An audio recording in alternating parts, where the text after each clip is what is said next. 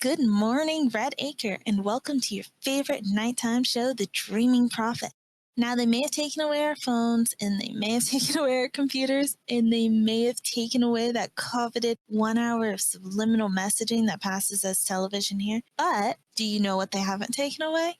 The shitty radios in the garage, which is exactly what we're using right now to bring this especially to you because we're just that fucking dedicated to you. You're welcome. Now, my name is Lavanya. And I'm Astro, and we'll be your hosts tonight. So make sure you have fun. First of all, we're going to start off this podcast with a quick explanation of what it is. If you want to do the honors, Astro? Yes.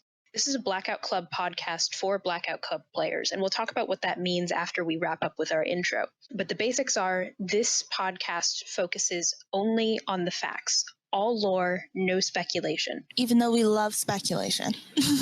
We do. We love speculation, but we want to provide solid facts for other players to use in their own speculation. So we'll try to keep ours to a minimum. We begin each show with a spoiler warning and a content warning because this game does deal with some heavy topics, and we will go right into that now. Our general content warning for this podcast is that there will be discussion of children being harmed and children being injured. Nothing in depth, but that is kind of part of the premise of the game, as well as general horror themes. And as a blanket warning, please keep in mind, The Dreaming Prophet will not be spoiler-free. If you really want to experience the game to its fullest, play it yourself, don't listen.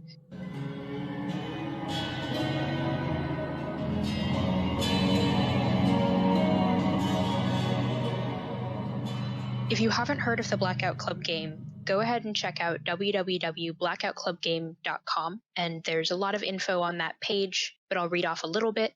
The premise of the game is that you are a child in this suburban town, Red Acre, and you are recording evidence of the strange things that are going on to try to tell the world about this cult that's taken over everyone, including you, including your parents. When you close your eyes, you get possessed by a god.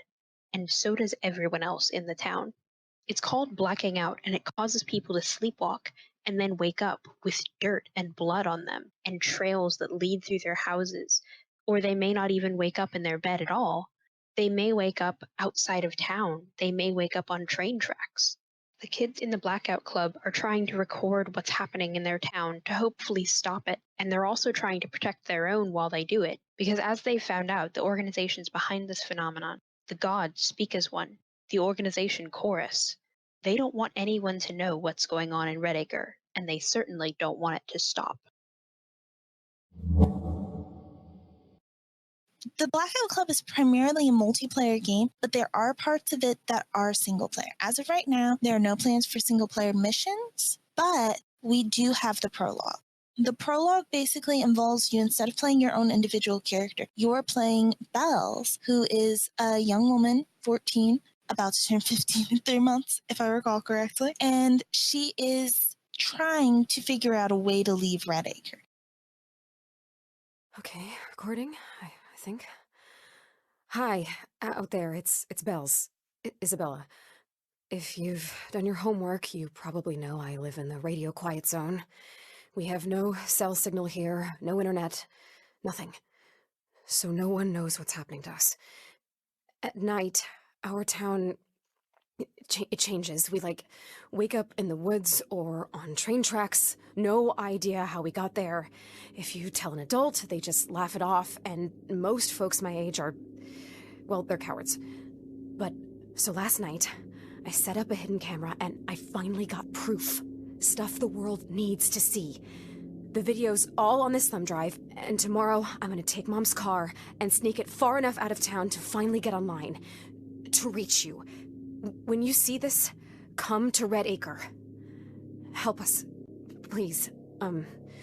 Thank you.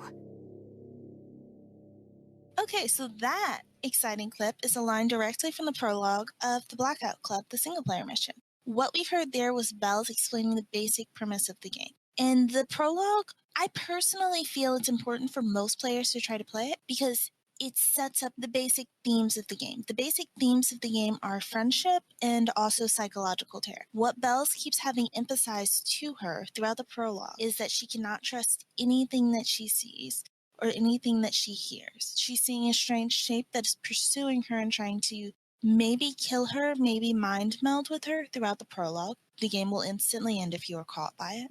She's getting mysterious voices in her head, 2 different ones, that are speaking to her and trying to guide her through this to safety. And she's realizing that, are her parents in on this conspiracy that she's discovered prior to the start of the game, or is literally everyone in town? She cannot trust anyone in the town, and she cannot even trust herself, as is shown by the ending of the prologue, when the voices lead her all the way to the boxcar, and then she's dragged away. So it's kind of a good summary for the overall game, because the children face the same issues during the multiplayer gameplay as well. You can't trust the adults, you can't trust the other children who might be following opposing daemons, and you certainly can't trust yourself, because as the game keeps emphasizing, every time you close your eyes, every time you black out in-game, you're being possessed. So the only people that you can trust actually are your friends. The player characters operate in missions of up to 3 other players, all of whom are bound together by friendship, trust, and the knowledge that they are working together to succeed in taking down cores. Bella is betrayed by her parents in the prologue, and she's potentially betrayed by the voices as well. The player character, anytime that you play with Stalker and Abel, is betrayed by the Stalker, who's someone in the Blackout Club that is working for SAO instead of for the kids. So when you can't even trust yourself, the only people that you can rely on are the friends that you choose to surround yourself with, which is one of the biggest themes of the game. The prologue, in addition to introducing you to the story, also introduces you to a lot of the core gameplay, which we'll go over here. You have 2 different things that you can see. When your eyes are open, you can see the overworld. You can see the adults walking around, sleepwalking or not, and you can see the houses and everything else around you. When you close your eyes, you can see the shape. You can see footsteps that are guiding you to your next objective, and you can see secret messages that may be hidden somewhere in the map. Among other things, there are several new things that have been cropping up lately, so it's always a good idea to close your eyes every so often and see what's out there. Exactly, because sometimes it's secret messages, sometimes it's just secret marks that when you look at them with your eyes open, they just look like scuffs on the ground. And when you close your eyes, they're glowing in red.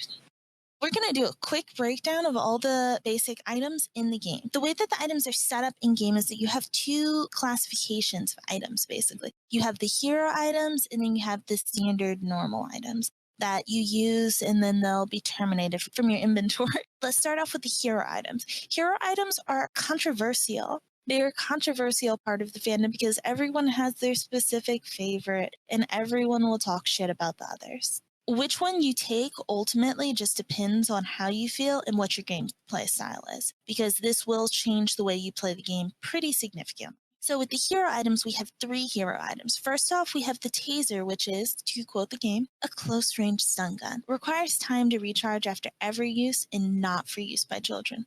Luckily, we're not children in game. We're 14 going on 15 in 3 months. This is perfectly safe for us to use. The way that the taser works is it is an escape item basically that will recharge over time. So if a lucid or a sleeper grabs you, then you will be able to automatically tase them as long as you have a charge on your taser and be able to escape from them. It traps them for about 3 to 4 seconds in a loop of electricity. If you have a stalker in game, you can also tase them. If you have a friend who is shaped in game, and thus wandering around spouting off voice lines about being asleep, you can also tase them.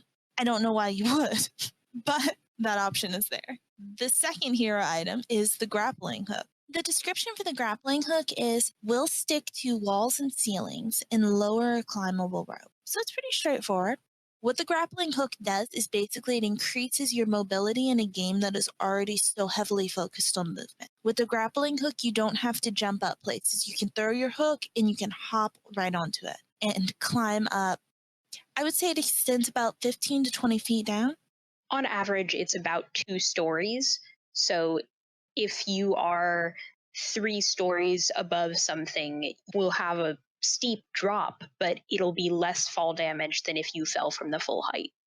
Exactly. And the grappling hook, most places in the game, you will be able to get with the grappling hook or else you'll be able to get as long as you and a friend have a grappling hook. Most of the tunnels that connect the rooms in the underground and most of like the major shorter cliffs like Howley's Leap in the first two areas, you can climb up that with a single grappling hook.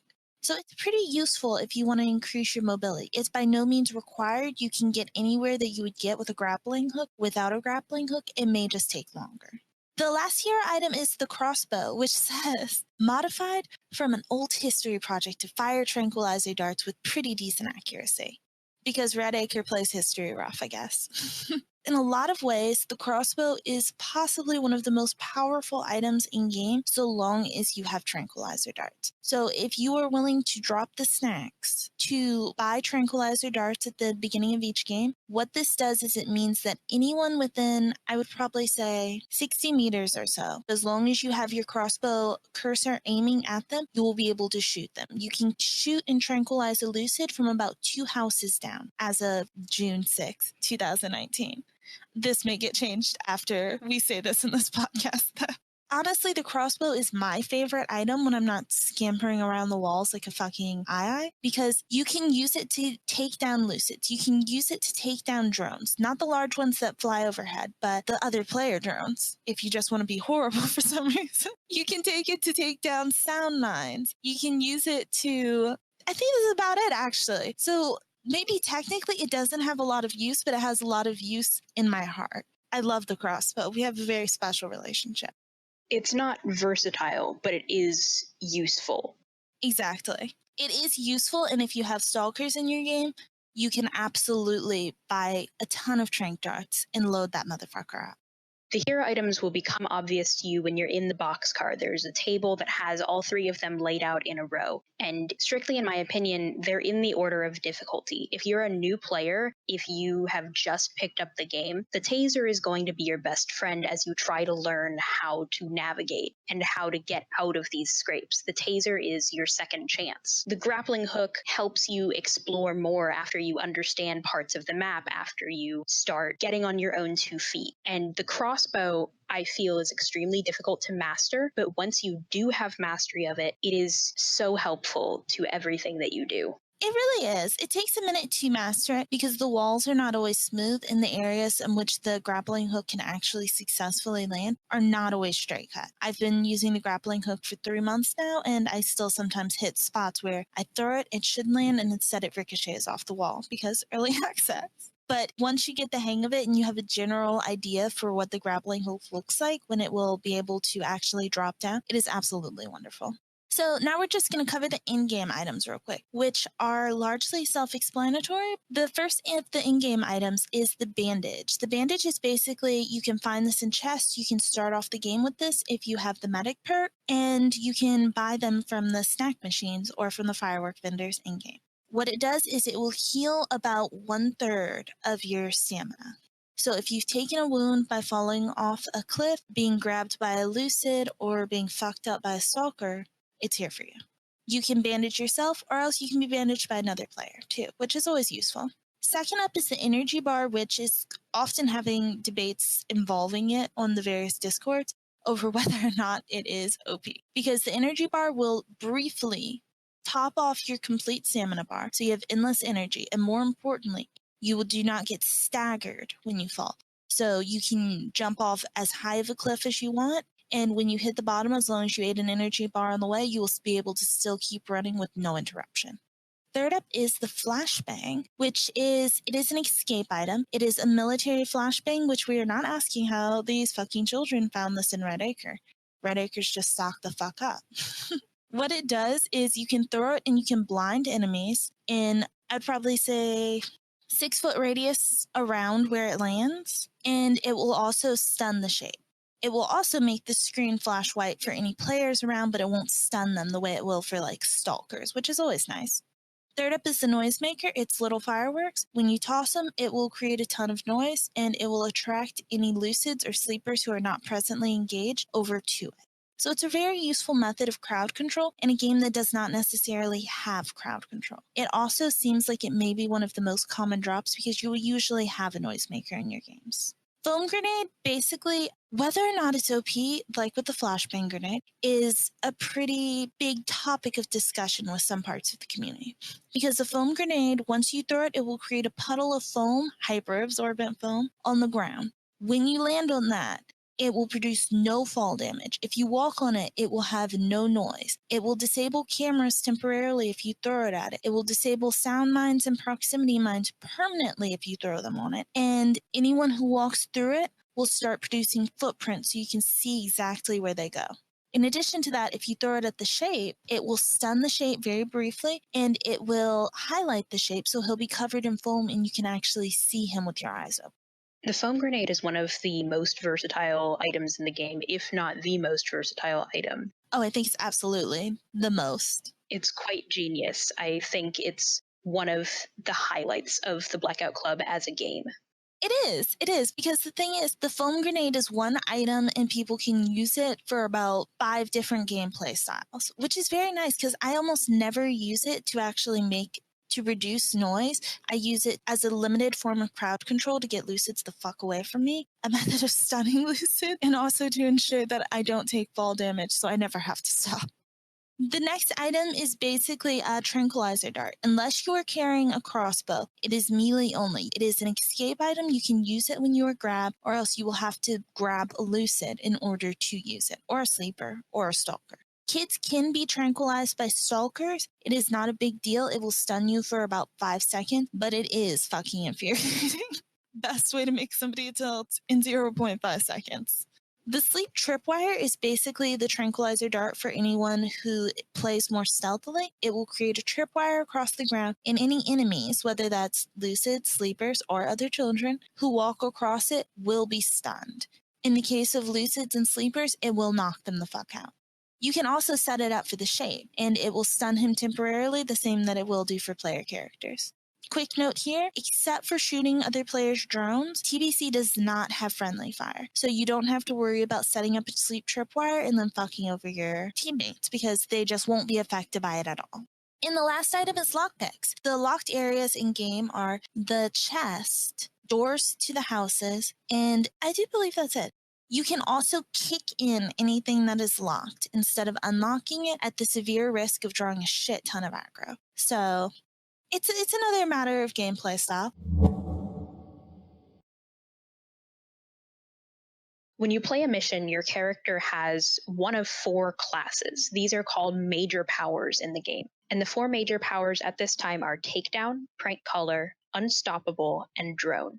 Takedown players are your hand-to-hand combatants. They are really, really good at wrestling with sleepers, with adults, which is something that not all of the kids can do. As a 14-year-old, a 15-year-old, you don't have the strength or body weight of an adult, but takedown players have trained themselves to be able to do that, to be able to stand a little bit more of a fighting chance. Takedown players can wrestle enemies for themselves or for their friends. If you see a friend in trouble, you can grab an enemy and hold them down and try to decrease the danger in that area.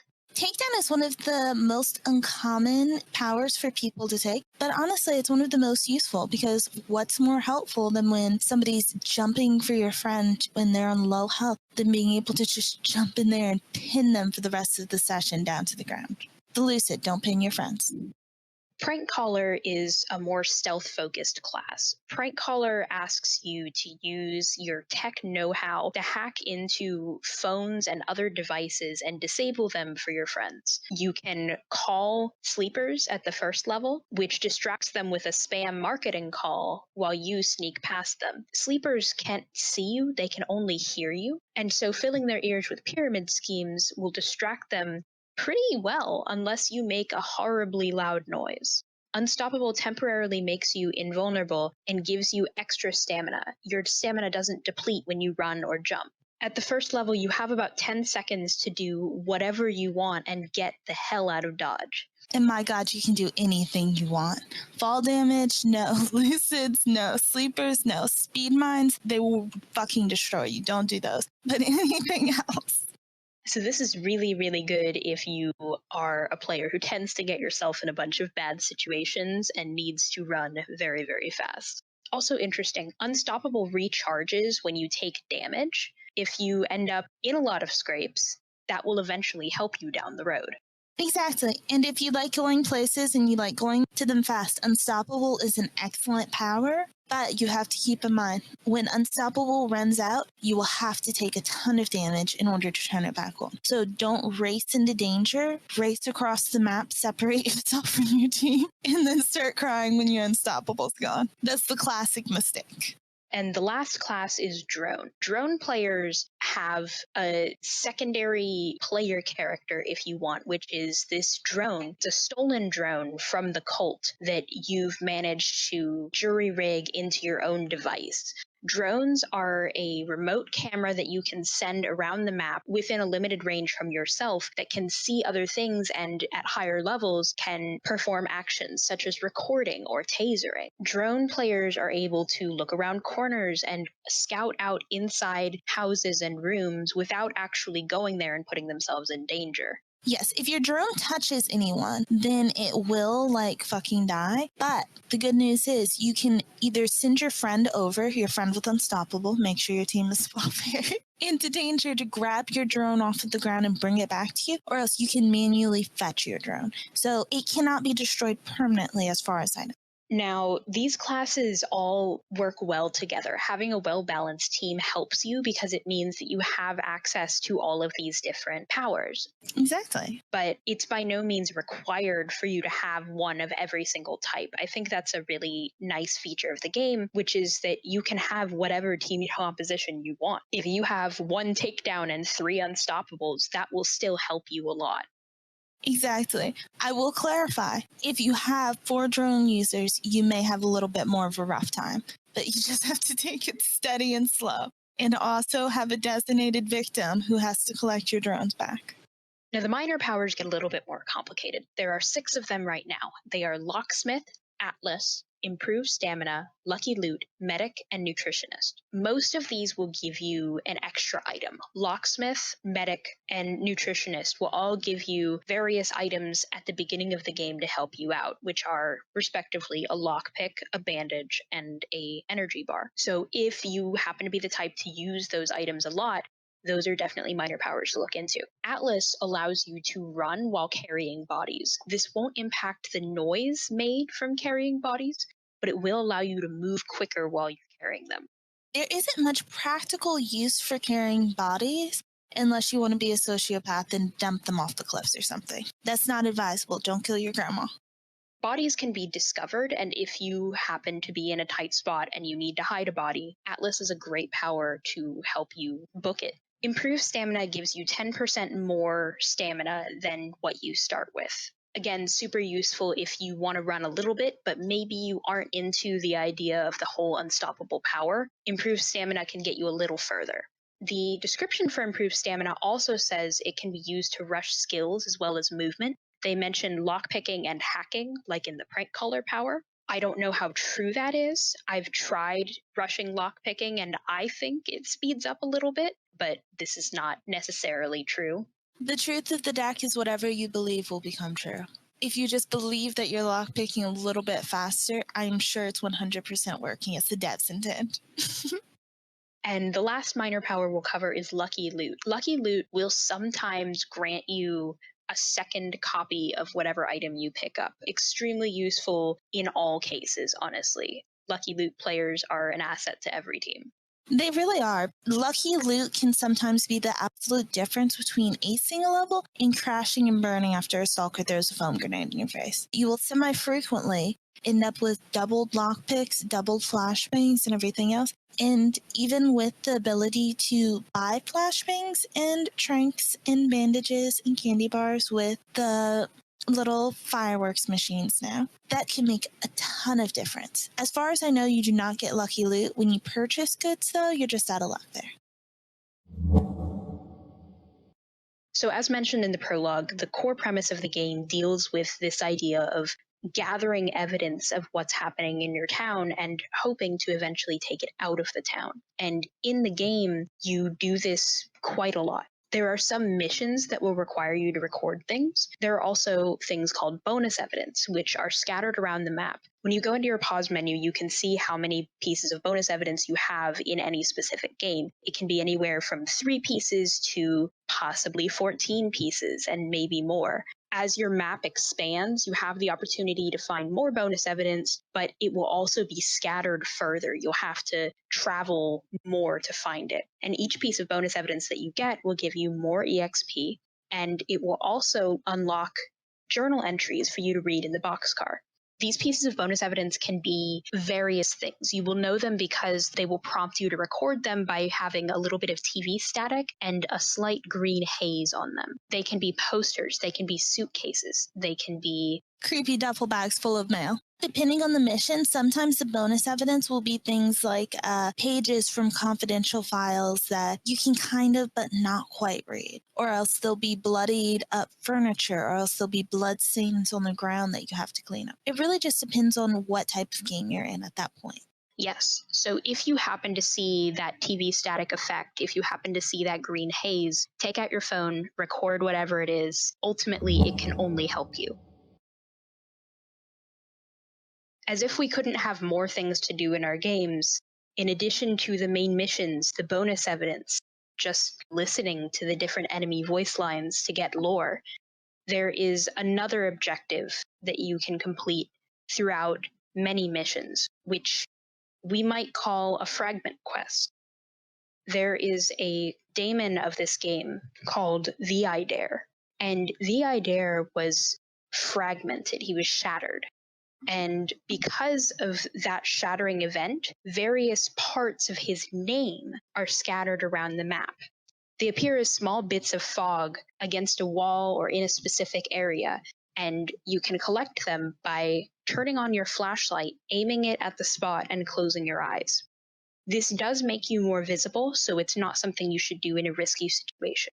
But collecting these name fragments allows you to choose how to use them. You can return them to the Idare, or you could turn them over to Speak as One to be burned. There are no in-game mechanics for this. However, when you interact with those daemons, you can choose what you'd like to do. Personally, I was going to do this fragment section, but someone banned me from it on account of the fact I keep burning mine. But if you want to burn them, the way that you do that is you light up a Light of Rebellion, one of the reward items you can get from the chest, and you just send off a prayer. And you're like, hey, Speak as One, I want you to know, here's some fragments for burning. Fragments will appear once in a while, and if you spy a fragment in one place but you can't retrieve it at that time, your next fragment will always appear in that place until you collect it. So as your resident Speak as One stan, I'm going to cover the next game mode, which is possibly the most important game mode that you will ever play. Fuck the main missions, because this is what we were placed on this earth for. So, Stalker Mode was introduced in Update 5, which was phrased, Enter the Stalker. Basically, in order to access the Stalker Mode, you will need to gain 1 dossier, and then enter into the Stalker van and select a mission to stalk. The Stalker is the antagonist, is the player antagonist of the game. Basically, your mission is not to make the team of children white, but to increase the spookiness of their playing experience by not getting caught, filming them, and attracting enemies to them. You're trying to make the game harder, and you're trying to freak them out. It's a lot of fun. The responses and reactions you can get from the player characters is always fucking amazing. So you will be playing 1 versus 2 at the very minimum, because in order for a stalker to arrive in a game, it has to have 2 players at the very least. Often you'll end up in a 4 stack, so it'll be you versus 4 players. Again, your goal in this game mode is not to wipe the player characters. You will almost never be able to wipe the player characters. But it is to just make it more difficult for them. And usually, if people see a stalker is in the game, they will derail everything and become dedicated to hunting you down like a fucking dog. So it's a lot of fun for everyone involved. Like a really sadistic game of tag. It should be noted that when you begin the Stalker mode, there's explanation on text on the screen that starts with "you will be caught." The Stalker adds atmosphere, adds danger, but they are not the protagonist of the Blackout Club. The club kids, for which the game is named, are the protagonists of the game. And it's important to note that while if you wipe the kids, you will get your dossier back, the only way that you can get points is through keeping them alive to farm them for interactions with the Lucids or for proof of their crimes. You get points and you reach the top of the Stalker Leadership Board, which can reward you either a jacket or a shirt, through recording and interacting with the kids. The goal is not, which can never be stated enough, is not to wipe the entire party. The mode is ultimately about encouraging interaction. Maybe the real winning was the friends we made along the way. Yes, maybe the real winning is the friends we made along the way. And the real purpose of the Stalker mode is learning the beauty of the enemies to Biffles for life trope. Don't hunt down your stalker like a dog and tie them up to sacrifice to in her teeth. Bring them home for hot cocoa and a blanket.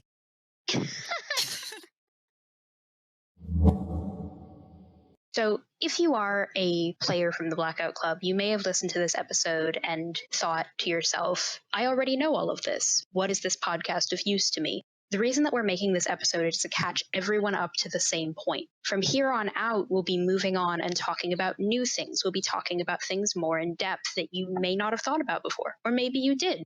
Exactly. And it's always important to note, we're starting off these first few podcasts with an introductory to the game series and everything in it, partially because so many players in-game have no fucking idea what's going on. They don't know how the Lucids are alerted. They don't necessarily know, what the storyline is. They don't understand advanced horror mode.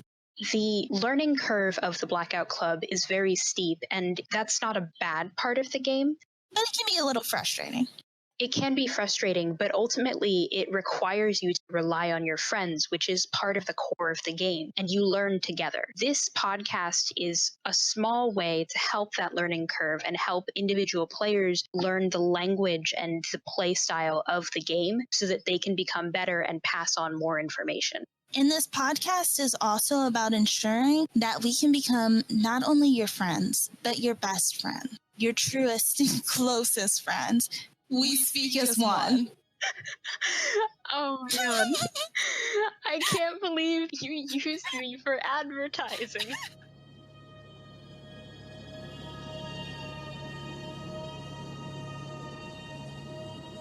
The Blackout Club is made by Question Games. Our fact checker is Bellamy.